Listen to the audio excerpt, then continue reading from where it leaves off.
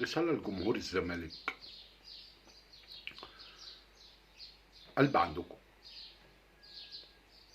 انا عارف ان انتوا كلكم مولعين نار وزعلانين على فريقكم ونفسكم الفريق ياخد لو رابطة بقدونس.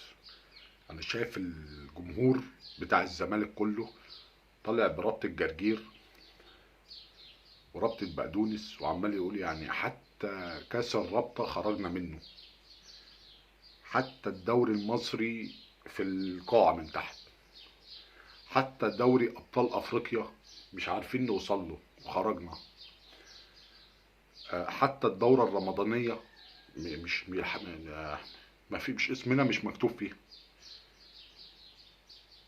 حتى الكشري مش عارفين ناكله.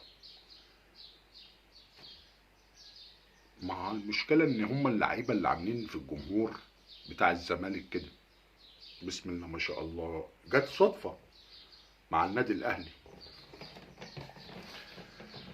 لما الصدفة ان احنا دخلنا ولعبنا الهلال وكسبناها 3-0 وكنا فرحانين قوي ودخلنا كده، احنا كنا خارجين مروحين. بس سبحان الله، يعني هو سبحان الله، هو اللي عمل كده وهو اللي بإيده يغير الكون كله على مزاجه، لأنه هو اللي خلقنا وهو اللي بيفرحنا وهو اللي بيرزقنا وهو اللي بيعمل فينا كل حاجة حلوة و... و...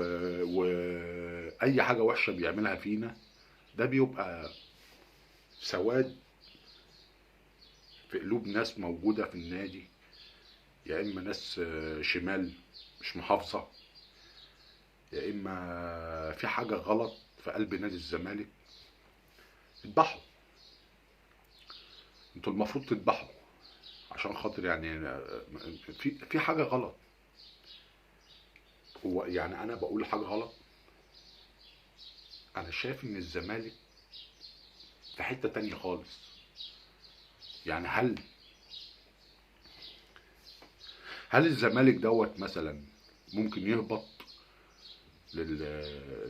زي ما هبط الشرقيه، ولا ايه اللي مع الشرقيه جمهورها كبير؟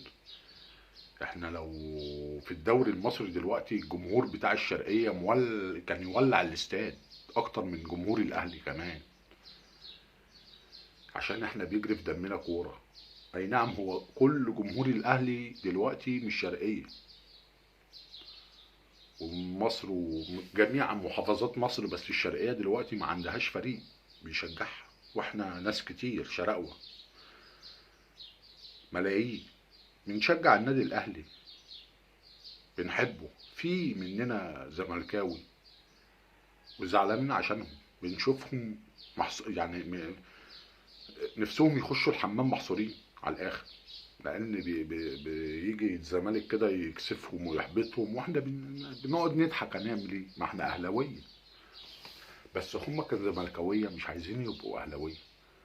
ما اعرفش ليه، هو الدم بيجري في برضه في العروق بتاعه الزمالك، بيجري في الدم برضه، ولا هو الاهلي بس، ولا ايه؟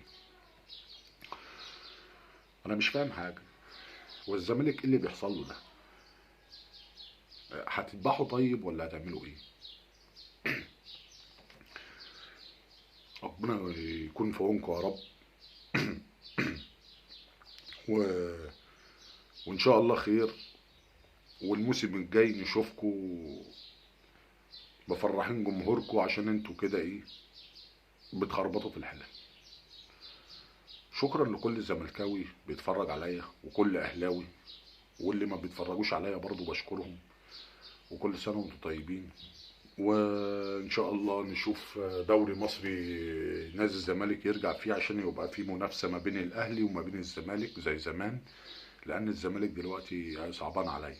انا طالع اتكلم، حتى الكلام مش عايز يطلع من زوري، مش قادر اتكلم، يعني حاسس ان الزمالك ضاع. الزمالك ده يعني الزمالك حاجة احنا بنحط عليها، يعني احنا هنحط على مين بعد كده؟ الاهلي يعني، فاهمين؟ يعني انتوا فاهمين؟ يعني هو الاهلي دلوقتي هيلاقي مين يمرمطه غير الزمالك؟ احنا مش زعلانين. زعلانين ان الاهلي مش ملاقي، مفيش، الزمالك مش موجود تحت. هنجيبه من تحت فين بقى؟ عليه العوض ومنه العوض، واسأله عوض.